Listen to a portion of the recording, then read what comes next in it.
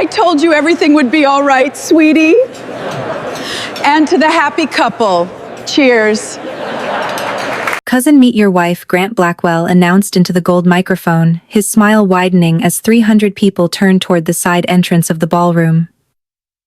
We chose someone no rival would ever envy. Laughter moved through the Blackwell Founders Gala like champagne bubbles rising too fast, bright and cruel and impossible to stop. Nora Bellamy stood beneath the archway, in a champagne-colored dress that had been altered badly on purpose, too tight at the waist, or too loose at the shoulders, the hem dragging like someone wanted her to trip before she even reached the stage. Cameras flashed. A woman near the front whispered, "That is his bride," while another covered her mouth and laughed. At the center of the stage, Adrian Blackwell did not laugh.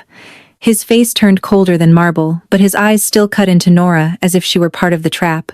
Nora's fingers closed around the small silver moth brooch pinned over her heart.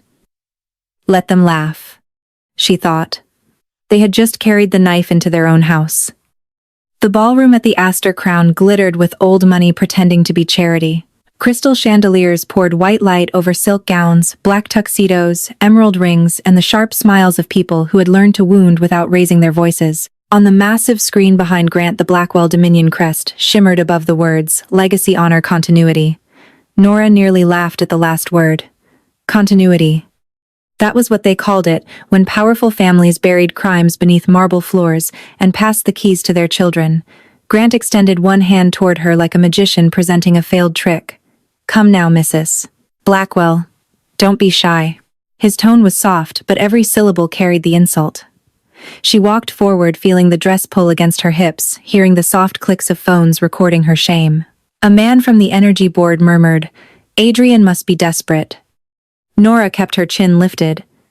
She had survived worse things than rich people laughing. Adrian stood beside the officiating attorney with his hands clenched at his sides. He was tall, broad-shouldered, and perfectly controlled, the kind of man whose silence made other men rush to explain themselves. Tonight, though, control had been stolen from him. Grant had used the founder trust like a loaded gun. According to an old clause written by Adrian's grandfather, Action Sadian's grandfather, the acting heir had to maintain a legally recognized family line to preserve emergency voting rights during a hostile board challenge. Adrian had ignored the clause for years, too proud to marry for strategy. Grant had waited until the company was bleeding from a manufactured scandal, then dragged that forgotten rule into the light. "Midnight is approaching," Grant said pleasantly. "And since dear Adrian refused every suitable bride, we found one with a flexible sense of dignity." The crowd laughed again. Nora felt the heat climb up her neck, but she did not look away. Adrian did. That hurt more than the laughter. The attorney cleared his throat and opened the leather folder on the podium. Nora saw the marriage certificate waiting there, her name already printed beside Adrian's in elegant black ink. Someone had even written Nora Bellamy with the wrong middle initial. They had not cared enough to get that right. Vivian Blackwell sat in the front row wearing pearls, the size of sins. Her silver hair swept into a flawless twist, her smile tender enough for cameras and poisonous enough for Nora to recognize. "Poor sweet girl," Vivian sighed loudly, making sure the reporters heard. "She looks overwhelmed. This world can be so difficult for simple people." Nora looked down at the brooch again. The little moth's wings were dull from age, scratched along one edge where her father's thumb used to rub it when he was thinking. Everyone in that room believed she had come because Grant had bought her. No one knew she had accepted because the invitation finally placed her within 10 feet of the people who destroyed Henry Bellamy. "Do you consent to this marriage?" the attorney asked, avoiding Nora's eyes, as if humiliation might be contagious. Adrian turned toward her at last. Up close, his face was even more dangerous, not because of cruelty, but because of restraint. His gaze flicked from the badly fitted gown to the brooch, then to Grant, then back to her. He was calculating, and Nora could almost hear the question behind his eyes. "How much did my cousin pay you?" For one fragile second. She wanted to tell him everything. She wanted to say that his company was being eaten from the inside, that his closest allies had already sold him, that her father had died with Blackwell dirt under his fingernails and disgrace on his name. But truth given too early to a suspicious man became another weapon against you. So Nora swallowed the ache in her throat, looked at the attorney and said yes. The word was small, but it landed like a match in dry grass. Adrian signed first. His pen moved across the page with brutal precision, as if he were signing a death warrant rather than a marriage license. When Nora took the pen, her hand shook only once. She corrected the wrong middle initial. Before signing, and Grant's smile twitched. It was tiny, almost invisible, but Nora saw it. Men like Grant hated details because details were where lies bled. The attorney stamped the document. A fresh wave of applause rose from the crowd, too bright to be sincere, too amused to be respectful. "Ladies and gentlemen," Grant declared, "allow me to present Mr. and Mrs. Adrian Blackwell." More cameras flashed. Nora heard someone whisper, "The joke wife," and a second voice answered, "No, the punchline." Adrian's jaw tightened. He offered Nora his arm because the cameras required it, not because he wanted to. She placed her hand lightly over his sleeve. Beneath the expensive fabric, his body was rigid with fury. Grant insisted on a toast immediately because humiliation was always more useful when preserved in photographs. Waiters appeared with champagne. Nora received a glass but did not drink. She noticed one waiter with an earpiece standing too close to the stage controls. She noticed Vivian glance twice toward the media booth. She noticed Marcus Hale, Adrian's security advisor, watching Grant instead of watching the exits. Every small wrongness arranged itself in Nora's mind like numbers in a ledger. Grant lifted his glass and said, "To family, to loyalty, and to unexpected blessings." He paused long enough for people to laugh at Nora again. May Adrian's new marriage bring him exactly what he deserves. Adrian's fingers tightened around his glass until Nora thought it might shatter. He leaned closer, his voice low enough that only she could hear. "I don't know what he promised you. But if you think this makes you powerful, you are mistaken." Nora did not look at him. "Less mistaken than you are," she murmured. His eyes snapped to her, sharp with surprise. Before he could answer, Grant stepped down from the stage and kissed Nora's cheek for the cameras. The touch made her skin crawl. "Smile, sweetheart," he whispered, his breath warm with expensive whiskey. "Tonight you become famous." Nora smiled, but not because he told her to. She smiled because his cufflink had caught on the edge of her brooch, and for 1 second close enough for no one else to see. She noticed the engraved initials on the underside, VB Vivian Blackwell. Grant was wearing his mother's custom cufflinks, the same design her father had sketched in one of his final notebooks, beside a list of shell companies. Nora's pulse changed. Not faster. Colder. Grant pulled away, satisfied, believing she had frozen from fear. "Good girl," he said. "Stay pretty and confused. It suits you." Nora watched him walk back to the board members, and inside her chest, grief sharpened into purpose. Adrian guided her off the stage through a side corridor lined with white roses and security staff pretending not to listen. The moment the ballroom doors closed behind them, he released her arm. "How much?" he asked. No pretense now, no camera face. Just a man cornered and angry enough to blame the nearest stranger. Nora looked at the roses. Their stems had been stripped of thorns, arranged into perfect obedience.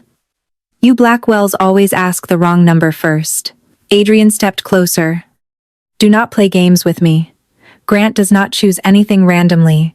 He chose you because he thinks you can damage me. He chose me because he thinks people like you only see the dress, the body, the background check, and the headline."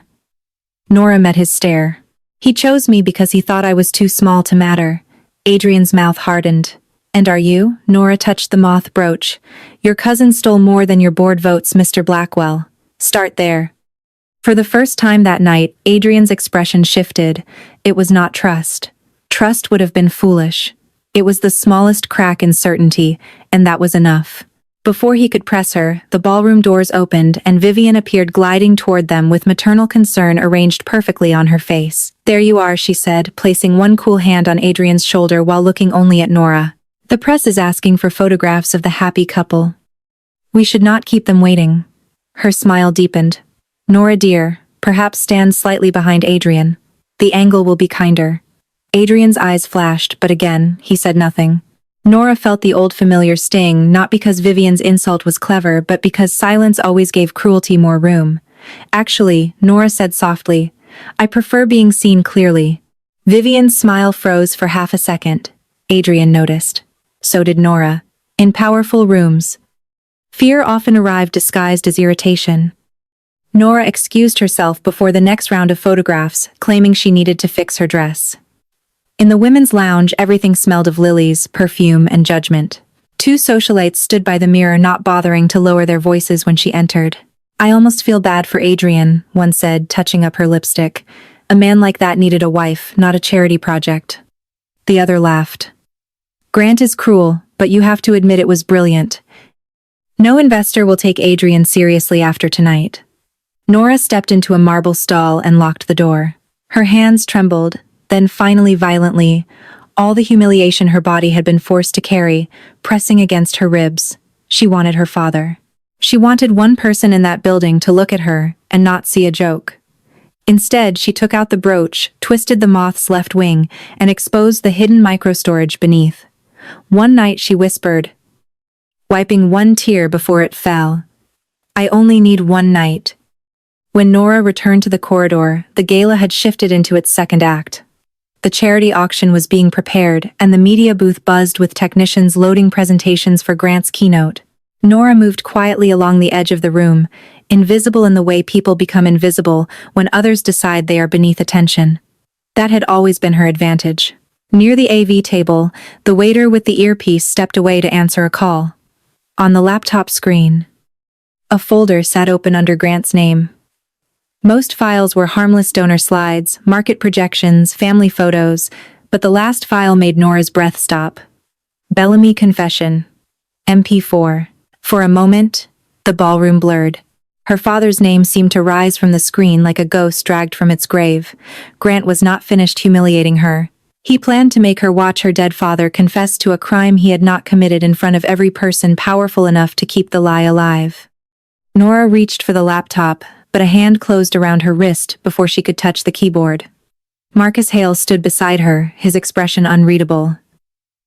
"Mrs. Blackwell," he said quietly, "guests are not allowed near the media controls." His grip was polite, firm, and wrong. Nora looked at his hand, then at the small scar across his thumb.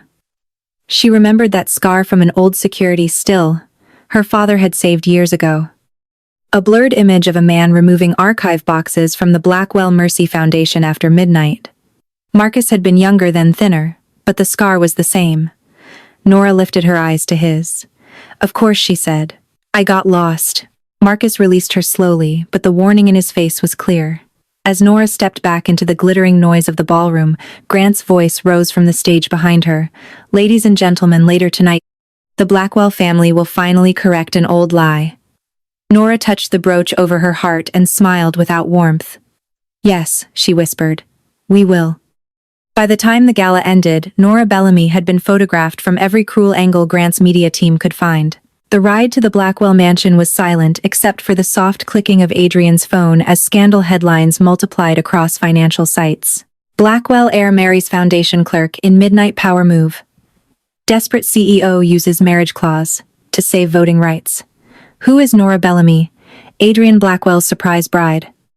Nora watched the city light slide across the tinted windows and kept one hand over the moth brooch, feeling the tiny hidden storage press against her palm.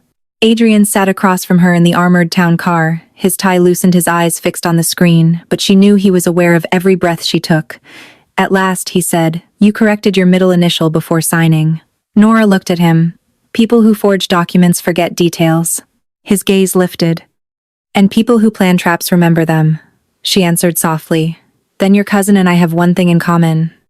The Blackwell mansion stood behind iron gates, in the quiet wealth of the Upper East Side, a limestone fortress with warm windows, and a soul colder than the pavement outside.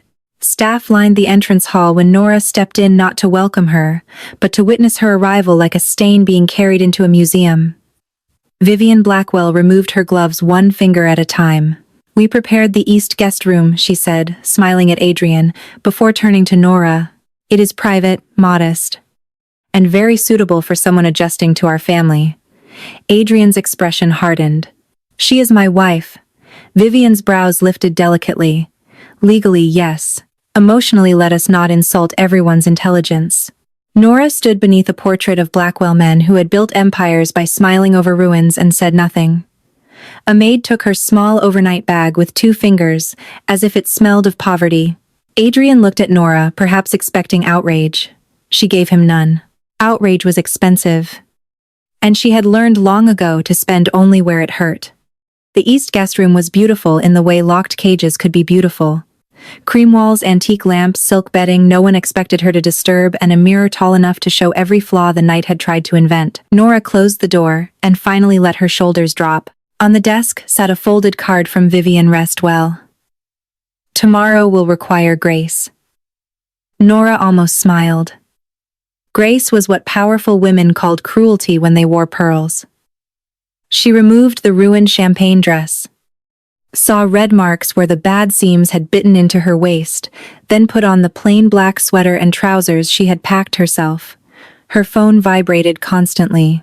Unknown numbers sent laughing emojis, pig icons, fake congratulations, and one message that made her blood slow. Your father begged too. He's still lost. Nora stared at it until the screen dimmed.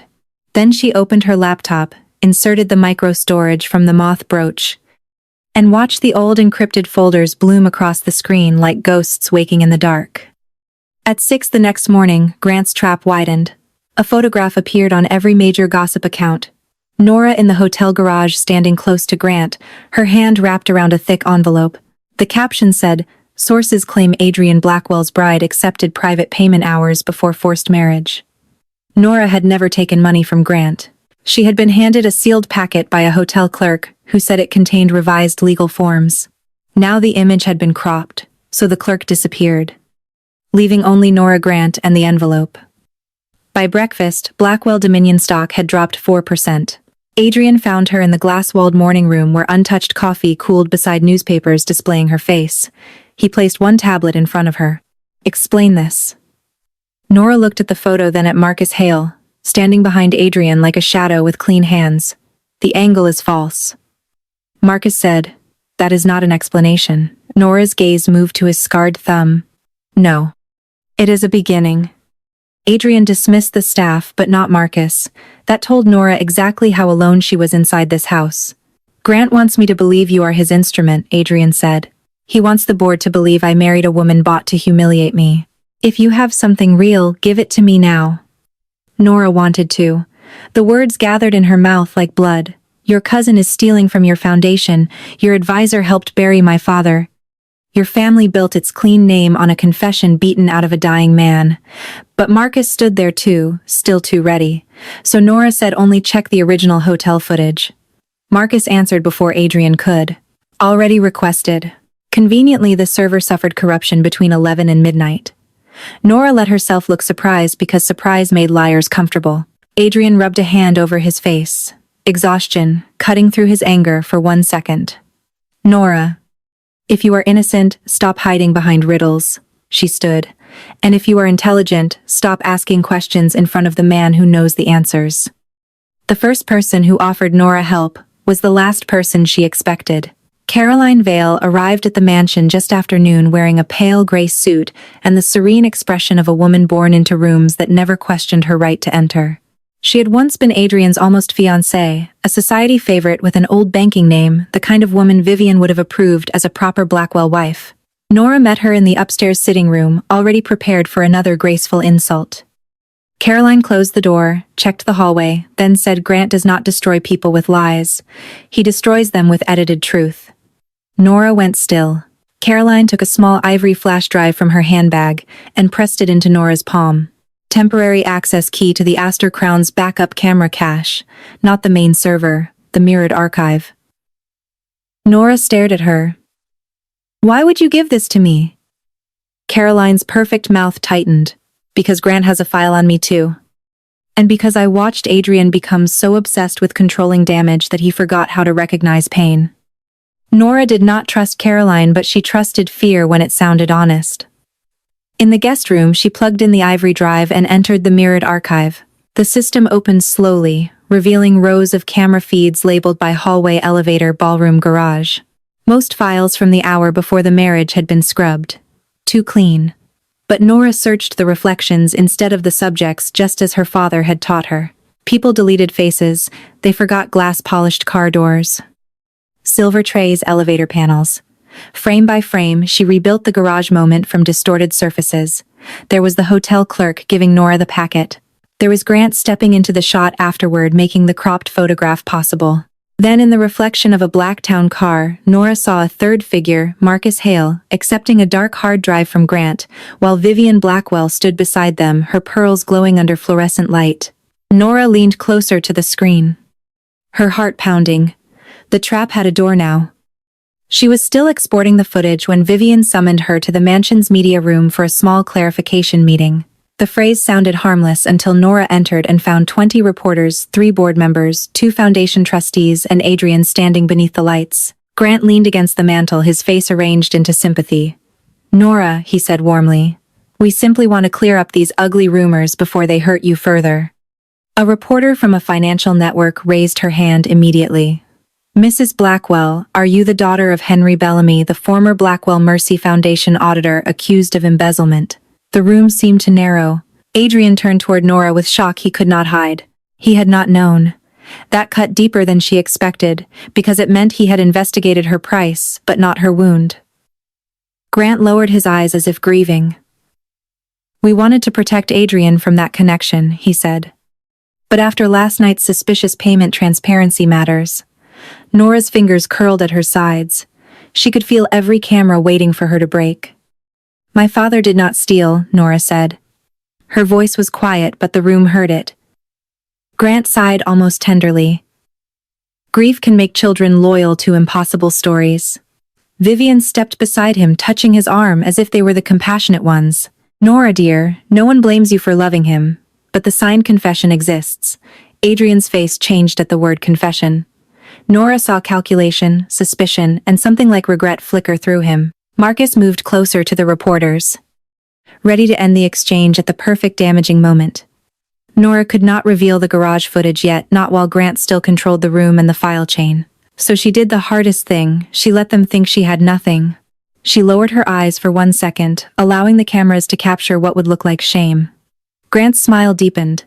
Adrian stepped forward and said coldly, "This marriage is a legal matter, no further questions." He meant to stop the bleeding. Instead, he made her sound like a contract. That sentence followed Nora back to the East guest room. This marriage is a legal matter, not a woman, not a person, not someone whose father had been dragged through mud, by the same family now using her body and name as a weapon. She sat on the edge of the bed, removed the temporary wedding ring, and placed it on the desk beside Vivian's card. For the first time since the stage, she cried. Not loudly. Just one silent tear, then another. Each one hot with the humiliation she had refused to give them in public. Her phone vibrated again. Another unknown message appeared. "The board meets tomorrow." After Grant plays the confession, Bellamy dies twice. Nora wiped her face, opened the export file, and watched the garage footage finish processing. Marcus receiving the hard drive. Vivian watching. Grant smiling. She copied it 3 times, hid 1 copy inside the brooch storage, and sent 1 encrypted file to Caroline with a single sentence, "If I disappear, release this." Near midnight, Adrian came to the guest room. He did not enter at first. He stood in the doorway, his jacket gone, his face stripped of the cold polish he wore for everyone else. "Why didn't you tell me Henry Bellamy was your father?" Nora looked at him from the desk. "Would you have believed me sooner or suspected me faster?" He had no answer. In his silence, Nora heard the truth. Adrian stepped inside and placed a slim folder on the table. Temporary separation agreement. Publicly. It protects the company while we investigate Grant's claims. Privately, it gives you a safe apartment and independent counsel. Nora opened the folder, saw the clean legal language, the generous allowance, the careful distance. It was not cruelty. That almost made it worse. He was trying to protect himself from her with manners. She signed without argument. Adrian's eyes darkened. "That is all." Nora slid the folder back. "You were not wrong to be careful, Adrian. You were wrong to be afraid of the truth." He flinched just slightly, but Nora was already standing. She packed the laptop, the ivory flash drive, 2 changes of clothes, and the moth brooch. As she walked down the staircase with her small bag, staff appeared in doorways to watch the joke wife leave before sunrise. Vivian waited at the bottom in a silk robe, smiling like a queen dismissing a servant. "I hope you understand this is best for everyone."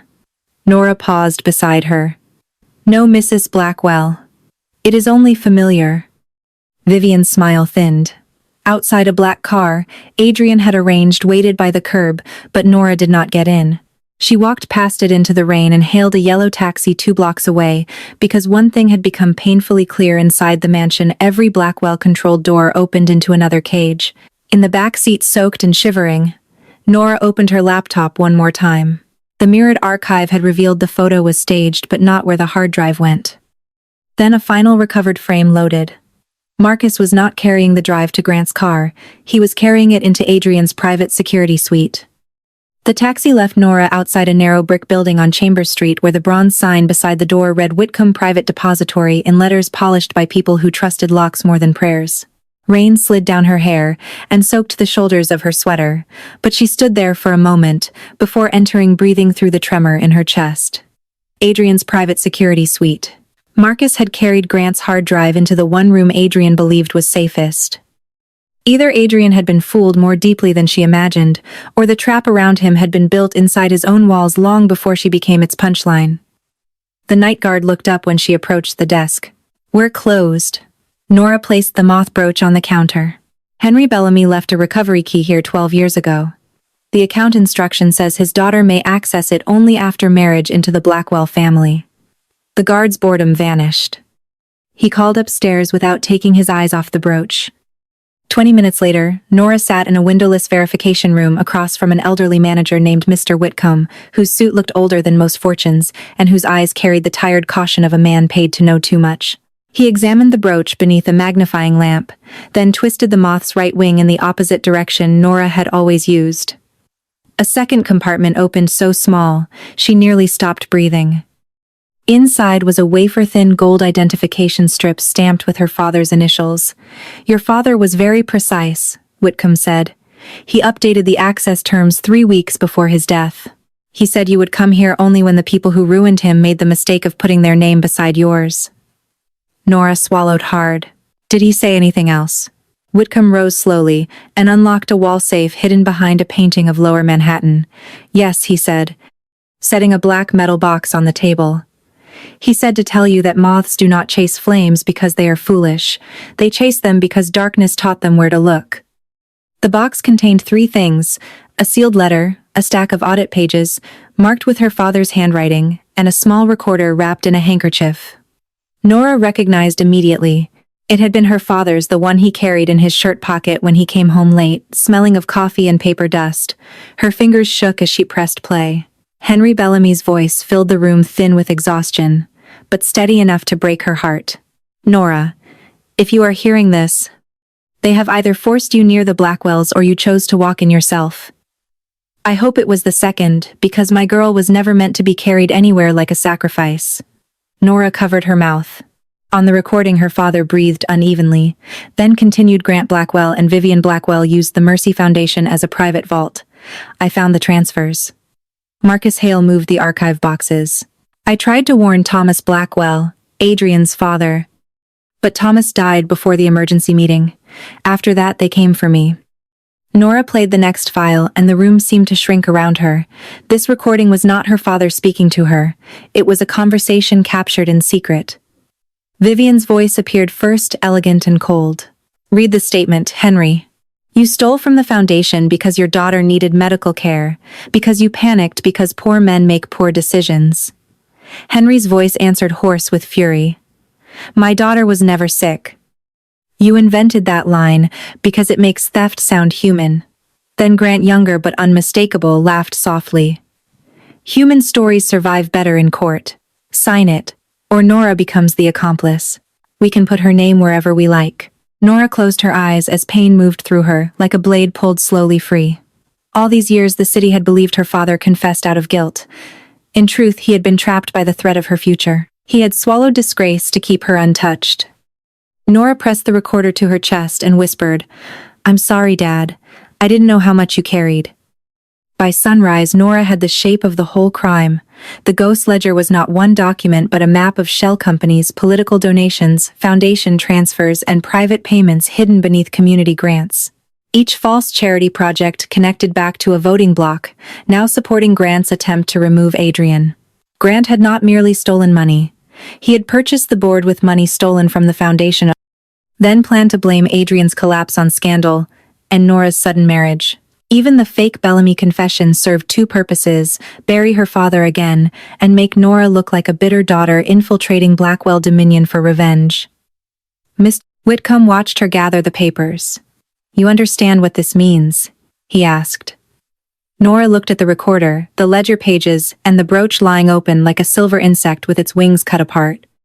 "It means they laughed because they thought I was decoration." Her voice steadied.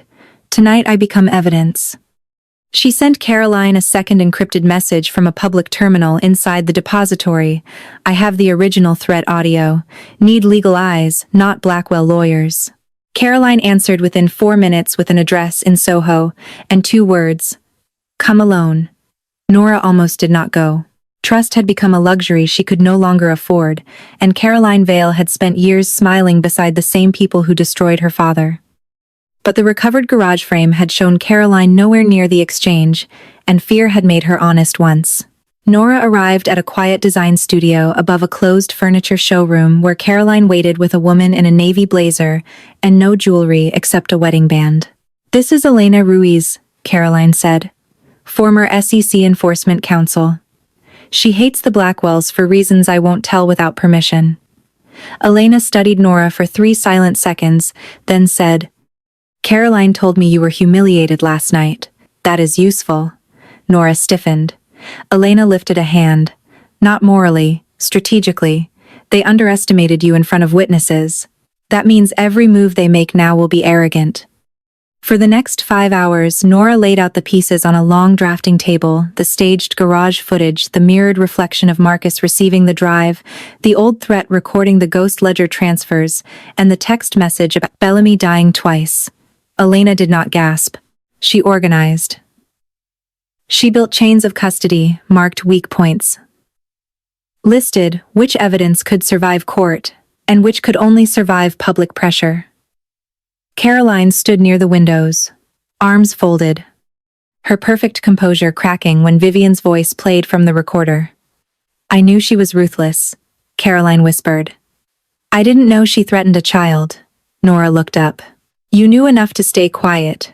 Caroline accepted the blow without defending herself. "Grant had medical records on my younger brother. Addiction treatment. He threatened to leak them before a merger vote." Nora wanted to hate her. Instead, she saw another cage prettier than hers but locked from the outside. Caroline met her eyes. "I am not asking you to forgive me.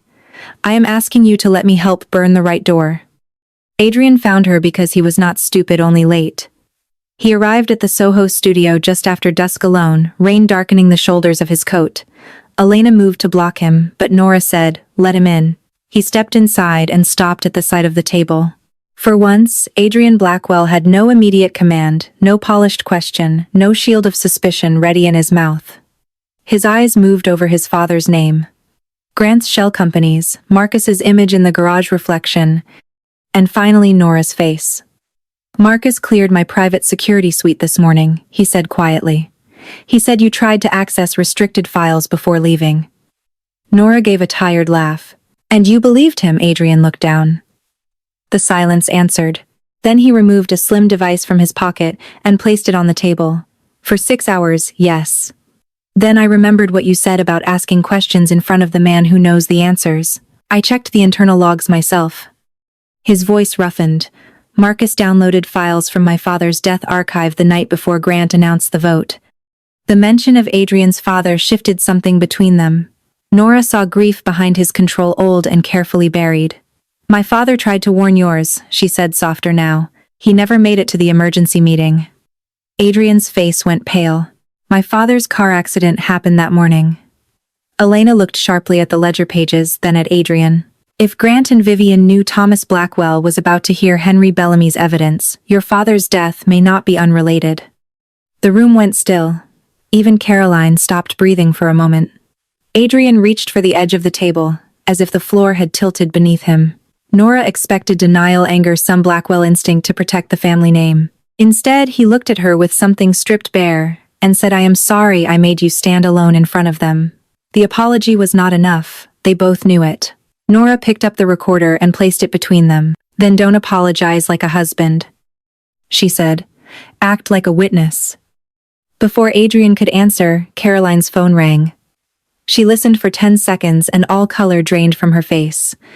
"Grant moved the board vote up," she said. "Tonight.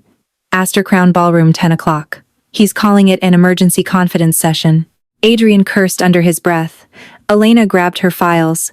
He knows Nora accessed something. Nora's phone buzzed next. A message from an unknown number lit the screen. "Come watch your father confess, Mrs. Blackwell. Wear something that fits this time." For one heartbeat, the old humiliation tried to rise again, hot and choking. Then Nora looked at the moth brooch on the table, at the tiny hidden compartments her father had built at the people, finally seeing the trap instead of seeing her body as the joke. She stood and pinned the brooch over her heart. "No," she said calmly. "Tonight he watches my father speak." Adrian stepped toward her. "Nora Grant will have the board, the press security. And Vivian's lawyers." Nora looked at him, no longer trembling. "Good. I only wanted one room. He just filled it for me." At 9:47 p.m., Nora Bellamy walked back into the Astor Crown Ballroom, through the same side entrance where Grant had displayed her like a joke 24 hours earlier. This time, no employee shoved her forward, no badly altered dress twisted around her body, and no nervous attorney waited with a marriage license already printed wrong. She wore a black gown that fit because she had chosen it herself, simple and elegant cut to honor her curves instead of apologizing for them. The silver moth brooch rested over her heart, dull beneath the chandeliers, until the light struck its wings and made it flash like a blade. Conversations thinned as people noticed her. A few phones lifted. Someone whispered, "She actually came back." Nora heard it and kept walking. Caroline entered 10 steps behind her with Elena Ruiz at her side. Adrian followed last, not as her rescuer, not as her shield, but as a witness who finally understood that silence had once helped bury a good man. Grant had built the room like a courtroom where he had already written the verdict. The entire Blackwell board sat in the first 2 rows, flanked by foundation trustees, investment partners, financial journalists, and 2 carefully invited television crews. On the stage, a long table held microphones for an emergency confidence session, though everyone knew it was a public execution. Vivian sat beneath the Blackwell Dominion crest, her pearls shining against a midnight blue dress. Her expression serene enough to frighten anyone who knew what serenity cost. Grant stood at the podium in a white dinner jacket, handsome, composed, and almost glowing with victory. When he saw Nora, his smile widened. "Ladies and gentlemen," he said into the microphone, letting the room turn toward her. "How generous of Mrs. Blackwell to join us. I was afraid last night's attention had overwhelmed her." Soft laughter moved through the ballroom. Nora stopped beside the center aisle and looked directly at him. "No," she said clearly. "I wanted a better seat for the truth." The laughter died too quickly to be natural. Grant's eyes sharpened, but his smile stayed in place. "Truth is exactly why we are here." He gestured toward the screen behind him where Adrian's face appeared beside falling stock charts headlines about the surprise marriage and the cropped garage photograph of Nora holding the envelope. Blackwell Dominion has been destabilized by reckless leadership, emotional judgment, and the sudden appearance of a woman connected to one of the darkest scandals in our foundation's history. Adrian stood motionless near the aisle, every word striking him publicly, but he did not interrupt. Nora had asked him not to. Grant clicked the remote, and her father's old employee photograph filled the screen. Henry Bellamy looked younger there than Nora remembered him, tired but gentle, with the same careful eyes that had taught her to read numbers twice and people 3 times. Grant lowered his voice. Years ago, Henry Bellamy confessed to stealing from Blackwell Mercy Foundation. Tonight we show why his daughter's arrival was never innocent. The file began to play. On the screen, Henry Bellamy sat at a table beneath harsh office, lights, his face pale, his shoulders bent. A paper lay in front of him. A younger Grant stood partly out of frame, visible only by one sleeve and the edge of his watch. Henry's voice came through the speakers, cracked and empty. "I, Henry Bellamy, misappropriated foundation funds over a period of 16 months. A gasp moved through the ballroom. Nora felt it hit her back like cold rain. But she did not lower her head. The video continued just long enough to make him look guilty, just long enough for Vivian to dab one eye with a handkerchief and for Grant to pause the screen on Henry's broken face. "This," Grant said softly, "is the legacy Nora Bellamy brought into our family last night. A daughter of disgrace placed beside Adrian Blackwell at the very moment he needed clean judgment. He turned toward Nora. "Do you deny that this is your father's confession?" Nora walked to the front of the room slowly. Each step measured the kind of calm that made powerful people uneasy, because it did not ask permission. "I deny your edit," she said. Grant gave a small laugh. "My edit, yes." Nora turned to the board. "Before you vote, ask him for the metadata." A few members shifted. Grant's smile hardened. "This is not a technical seminar, Nora." Elena Ruiz stepped forward, raising a sealed legal notice. "Actually, because this session was filed as a confidence proceeding affecting shareholder control, all evidence introduced here is subject to authenticity challenge. My office served notice 42 minutes ago to the hotel, the board secretary, and Blackwell General Counsel." Murmurs rose. Vivian's eyes cut to Grant for the first time. Carolyn stood beside Elena and added, "As a shareholder of record through Vale Banking Trust, I second the challenge." Grant's fingers tightened around the remote. "This is absurd." Nora looked up at the screen where her father's face waited, trapped in another lie. "Then prove it isn't." The hotel technician hesitated until Adrian stepped forward and spoke for the first time. "Run the file she provides." The command landed with the full weight of the name Grant had been trying to steal. For one dangerous second, the cousins stared at each other across the ballroom. Then the technician accepted Elena's authenticated drive. The screen went black, flickered, and returned to the same office, the same table, the same broken Henry Bellamy. But this time, the video began 3 minutes earlier. Vivian's voice, clear and elegant, filled the ballroom. "Read the statement, Henry. You stole from the foundation because your daughter needed medical care, because you panicked, because poor men make poor decisions." Henry lifted his head on the screen, fury burning through exhaustion. "My daughter was never sick. You invented that line because it makes theft sound human." A shocked sound broke from the audience. Grant's face lost color. The video continued. His younger voice appeared next, amused and cruel. "Human stories survive better in court. Sign it or Nora becomes the accomplice. We can put her name wherever we like." The ballroom erupted, but Nora did not let the noise take control. "Keep watching," she said. Elena nodded to the technician. The screen split into 4 panels: the confession room, the staged garage footage, the mirrored reflection from the town car, and a ledger map of shell companies feeding money from Blackwell Mercy Foundation into voting blocks controlled by www. Grant. Line by line, names appeared false: community grants, consulting firms, offshore accounts, campaign donations, emergency stock purchases.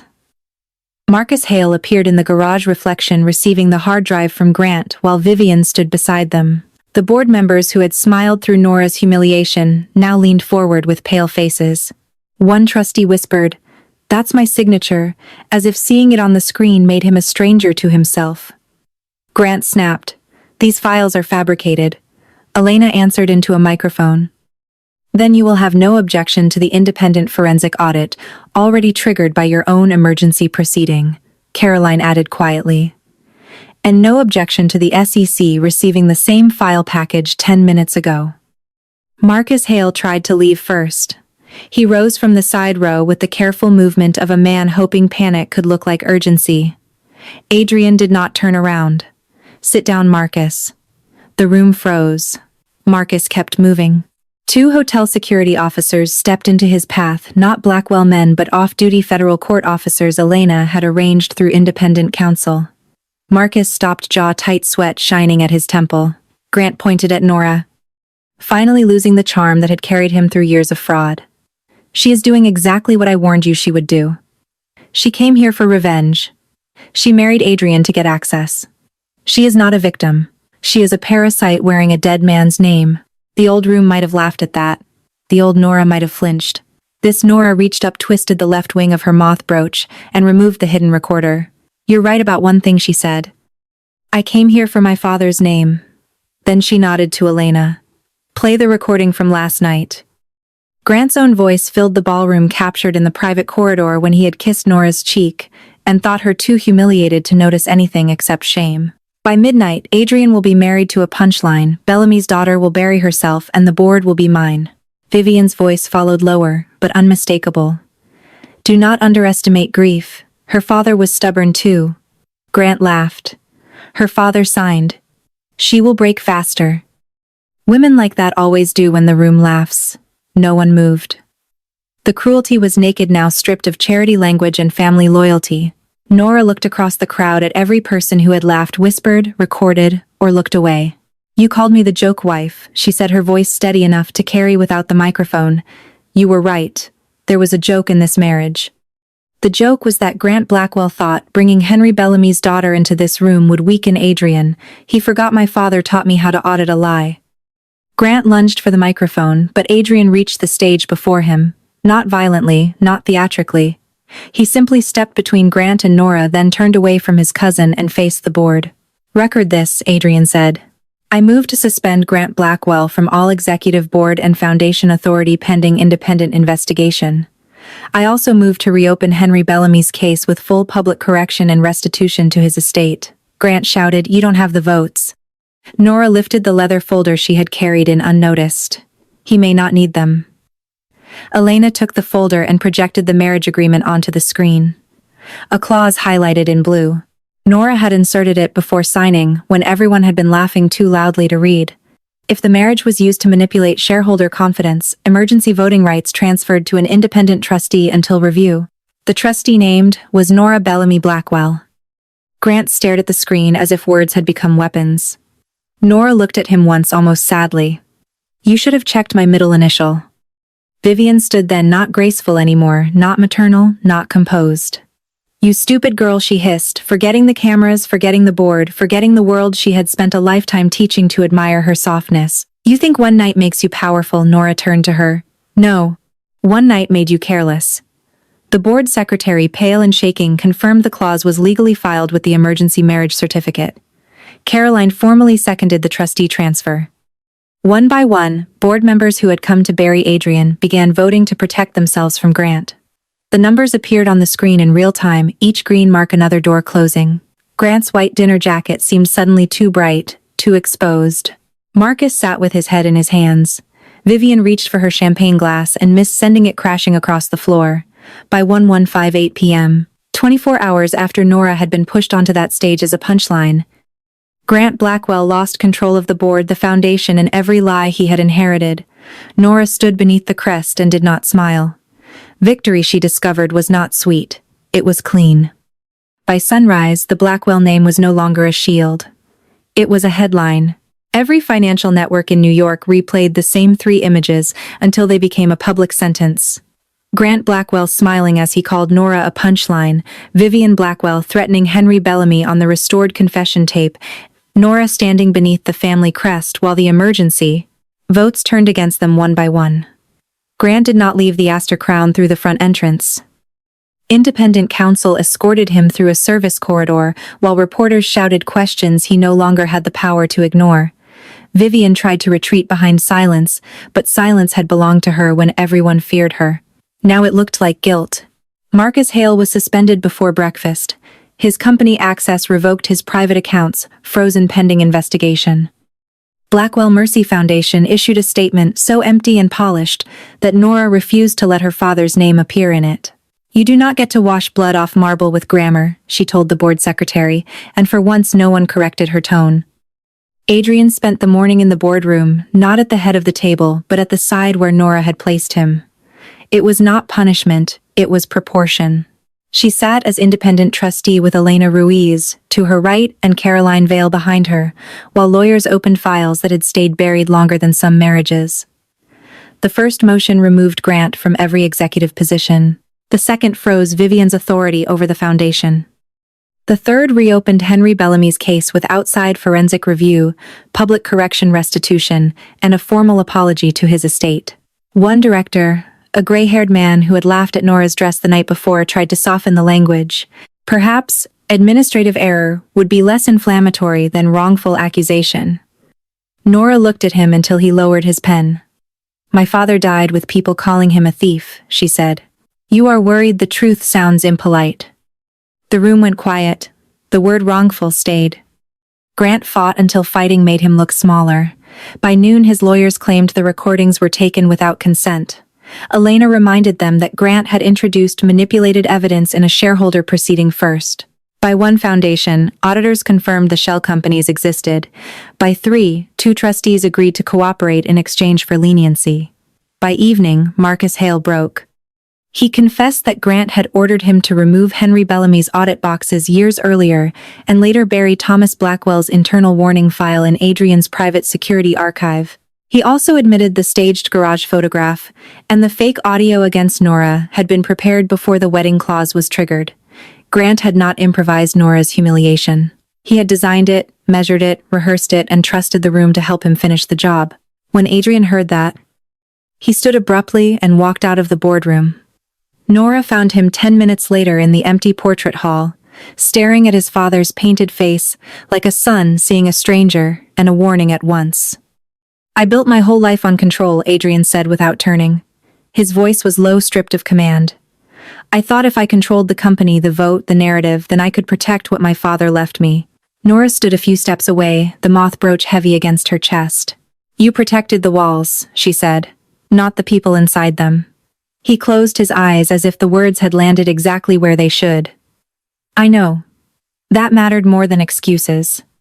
But it did not heal what had happened in the mansion, the media room, the corridor, where he had released her arm like she was evidence of his defeat.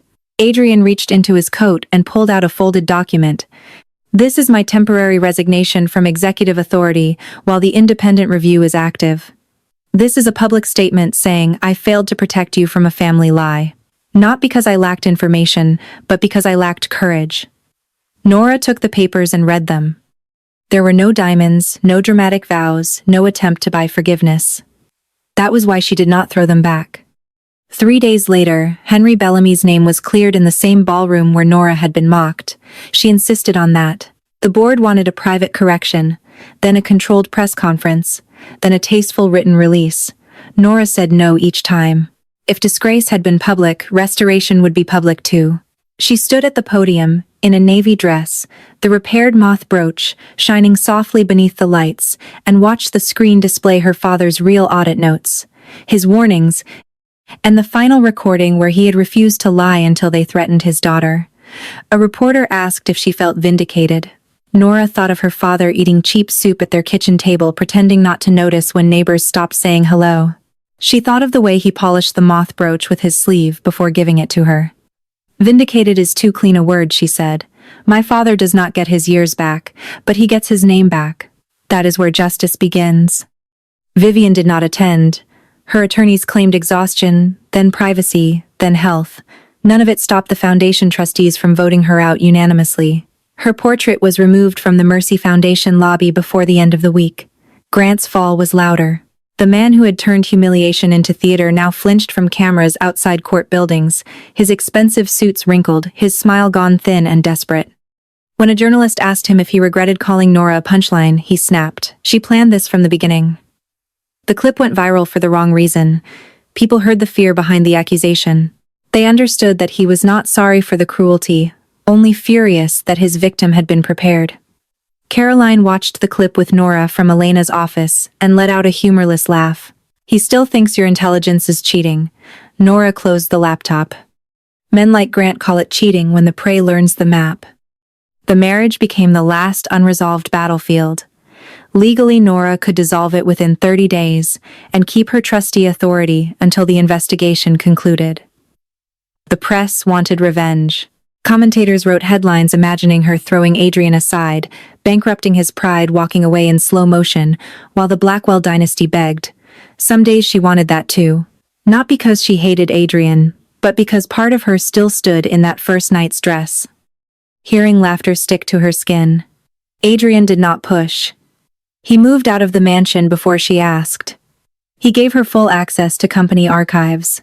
He attended every hearing where Henry's case was corrected, but he never stood beside her unless she invited him. When tabloids asked if he loved his wife, he answered, "I am learning how to deserve her trust.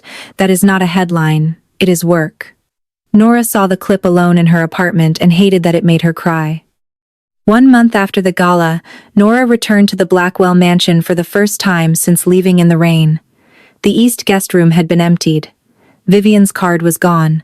The temporary wedding ring still sat on the desk exactly where Nora had left it because Adrian had ordered no one to touch anything that belonged to her.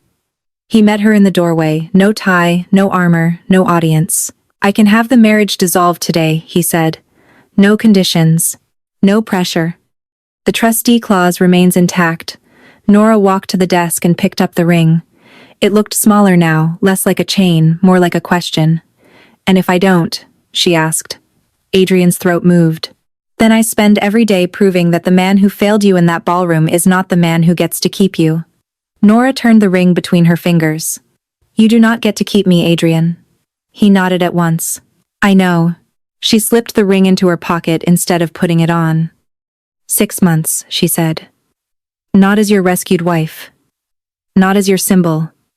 As myself." 6 months changed the shape of many things, but not through magic. Grant was indicted on fraud, evidence tampering, and conspiracy charges. Vivian settled civil claims and disappeared from New York society with the kind of disgrace money could soften but not erase. Marcus became a cooperating witness and lost the private security empire he had built on loyalty for sale. Caroline sold her shares tied to Grant's block and helped Nora establish the Bellamy Integrity Fellowship, a program funding young auditors, compliance officers, and whistleblowers who had been taught that truth was too dangerous to speak alone. Adrian returned as CEO only after the independent board approved a new governance structure that limited family control. He did not celebrate the vote. He sent Nora the minutes, the reforms, and one handwritten line. "Power without accountability is just another locked room." She kept the note, though she pretended not to. The fellowship launch took place at the Astor Crown because Nora wanted the room to remember her differently. This time no one laughed when she entered. People stood. Some because they respected her, some because they feared her, and some because shame had finally taught them manners. Nora walked to the stage in a deep emerald gown, tailored by a designer who had asked what she wanted to emphasize instead of what she wanted to hide. The moth brooch rested at her shoulder. Restored, but not polished too brightly. Its scratches remained. She had insisted on that. Adrian sat in the front row, not beside the podium, not claiming her victory, simply watching with a quiet pride that asked for nothing. Caroline sat 2 seats away. Elena stood near the wall, arms folded, already bored by applause, and pleased by results. Nora looked out over the ballroom at the chandeliers, the cameras, the same balcony where people had once recorded her humiliation, and felt something inside her finally unclench. "My father once told me that people reveal their secrets when they believe you are too small to matter," Nora said into the microphone. "For years I thought that was a warning. Now I understand it was a gift. Every person who laughed at me gave me time. Every person who underestimated me gave me access. Every person who called me a joke forgot that jokes have endings." A ripple moved through the crowd, not laughter this time, but recognition. Nora looked briefly at Adrian. His eyes were wet. But he did not look away. "This fellowship is not charity," she continued. "It is a weapon for honest people standing in dishonest rooms. It is for those who are told to stay quiet because the powerful have already written the story. My father's story was stolen. Mine was almost stolen. Tonight we begin giving stories back." After the applause, Adrian found her on the empty balcony overlooking the city. For a while neither of them spoke. Below them Manhattan glittered like a ledger of light, every window, another life, another secret, another chance. Adrian finally said, "I still have the first photograph from that night." Nora glanced at him. "The bad one, the worst one," he admitted. "I keep it in my desk." Her expression cooled slightly, and he added quickly, "Not to remember your humiliation. To remember mine." I looked at that photo and saw a trap. I should have seen a woman standing alone in a room full of cowards. Nora looked back at the skyline. The old wound did not vanish, but it shifted, becoming something she could hold without bleeding. "I'm not ready to call this love," she said. Adrian nodded. "Then don't." He stood beside her, careful not to touch her without invitation.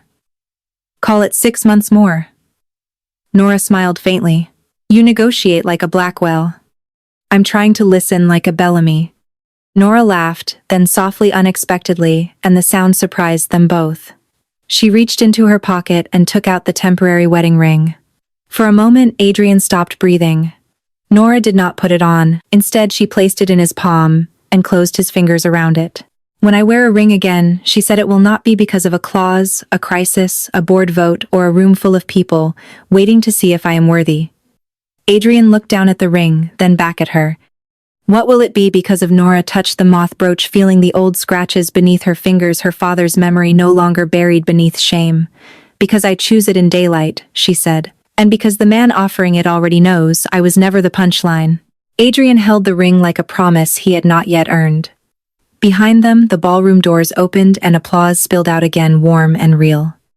They had sent Nora Bellamy as the joke wife to weaken Adrian Blackwell, never realizing that the woman they mocked had entered the room carrying a dead man's truth, a daughter's patience, and a blade sharpened by years of silence. By sunrise, Grant's empire had cracked. By winter, Vivian's name had vanished from the foundation she once used as a throne. By spring, Henry Bellamy's portrait hung in the new Integrity Fellowship office, not as a victim, but as the man who left his daughter the key. And Nora, the chubby girl they dressed badly, laughed at loudly, and dismissed too soon, no longer stood behind anyone. She stood at the center of her own life, full-bodied, clear-eyed, impossible to shrink. The joke had ended. The woman remained.